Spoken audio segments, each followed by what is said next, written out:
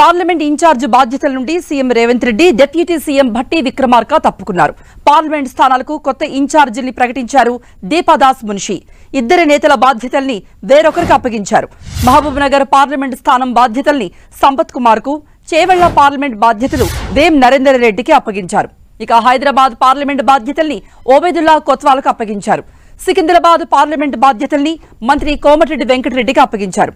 CM deputy CM బాధ్యతల నుండి తప్పుకోవడంపై కాంగ్రెస్ లో ఊహాగానాలు చెలరేగాయి. అయితే ఇరువురు నేతలు రాష్ట్ర వ్యాప్తంగా ప్రచారం చేయడానికి వీలుగా తప్పుకున్నట్టుగా ప్రచారం జరుగుతోంది.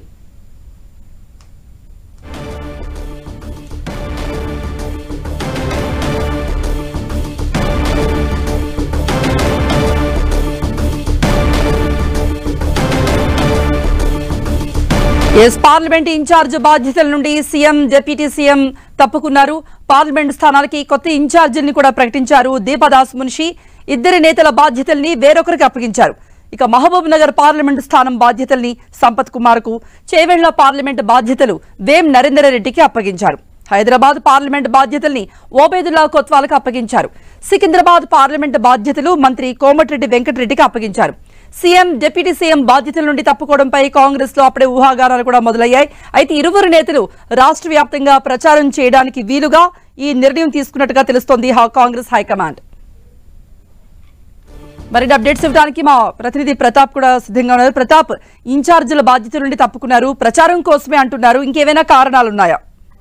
కృప, కాంగ్రెస్ పార్టీ తెలంగాణలో ఖచ్చితంగా 14 సీట్లు గెలవాలని చెప్పేసి ఒక టార్గెట్ పెట్టుకుంది. అందులో భాగంగానే ఆయా స్థానాలకు సంబంధించి సీరియస్నెస్ ఉండడం కోసం స్వయంగా సీఎం డిప్యూటీ సీఎం కూడా మొదట్లో ఈ ఇన్ఛార్జ్ బాధ్యతలు తీసుకోవడం జరిగింది.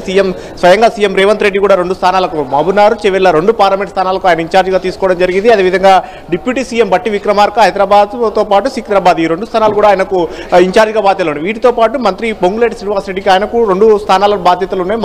మహబూబాబాద్తో పాటు ఖమ్మం, ఈ 2 పార్లమెంట్ స్థానాలను కూడా పొంగులేటి శ్రీనివాసరెడ్డికి బాధ్యతలు అప్పగించారు. మిగతా మంత్రులకు అందరికీ కూడా ఎవరి నియోజకవర్గానికి సంబంధించి పరిధిలో ఒక్కొక్క స్థానానికి పార్లమెంట్ స్థానాన్ని ఇన్ఛార్జ్ బాధ్యతలు అప్పగించిన పరిస్థితి. కానీ ఇప్పుడున్న సిచ్యువేషన్ చూసినట్లయితే మళ్ళీ దీపాదాస్ మున్షి, రాష్ట్ర వ్యవహారాల ఇన్ఛార్జ్ దీపాదాస్ మున్షి మొత్తం ఇన్ఛార్జ్ బాధ్యతలంతా కూడా మారుస్తూ కూడా ఒక ప్రకటన జారీ చేయడం జరిగింది. ఈ ప్రకటన చూసినట్లయితే సీఎంకు డిప్యూటీ సీఎం ఇద్దరికి కూడా ఆయా స్థానాల నుంచి తప్పిస్తూ వేరే కొత్త వ్యక్తులకు అప్పగించడం కాస్త కాంగ్రెస్ పార్టీలో చర్చనీయాంశంగా మారింది. ముఖ్యంగా సీఎం రేవంత్ రెడ్డి బాధ్యతలుగా ఉన్న ఏదైతే చేవెళ్ల కానీ మహబూబ్ నగర్, ఈ 2 స్థానాల నుంచి తప్పిస్తూ కొత్త వ్యక్తులకు బాధ్యతలు ఇచ్చారు.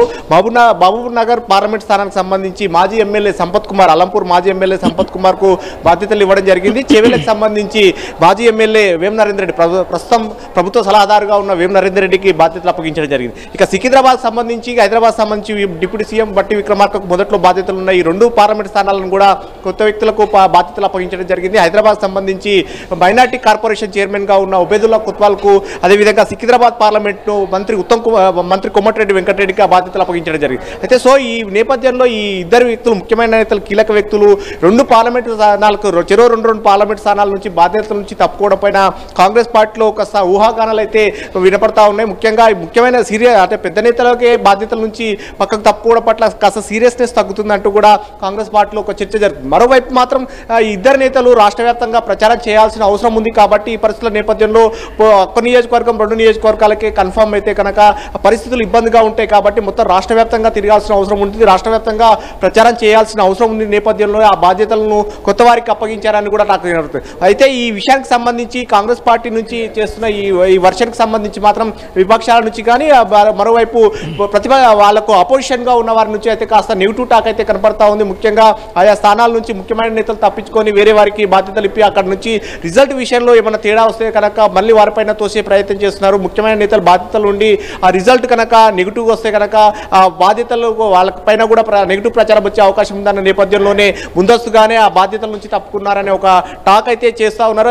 ఈ నేపథ్యంలో ఒకవైపు ఇక్కడి వైపు కాంగ్రెస్ పార్టీ నుంచి ముఖ్యమైన నేతల నుంచి చేస్తున్న వర్షన్ కానీ వారికి పడని ప్రతిపక్షాల నుంచి చేస్తున్న వర్షన్ అయితే కాస్త ఇంట్రెస్టింగ్ గా ఉందని చెప్పుకోవచ్చు. ప్రస్తుతం సిచ్యువేషన్ లో కాంగ్రెస్ పార్టీ మాత్రం ఖచ్చితంగా 14 సీట్లు గెలుపొందడం కోసమే ఈ వ్యూహాత్మకంగా అడుగులు వేశామని కూడా చెప్తున్న పరిస్థితి ఉంది. కృప, రైట్ ప్రతాప్.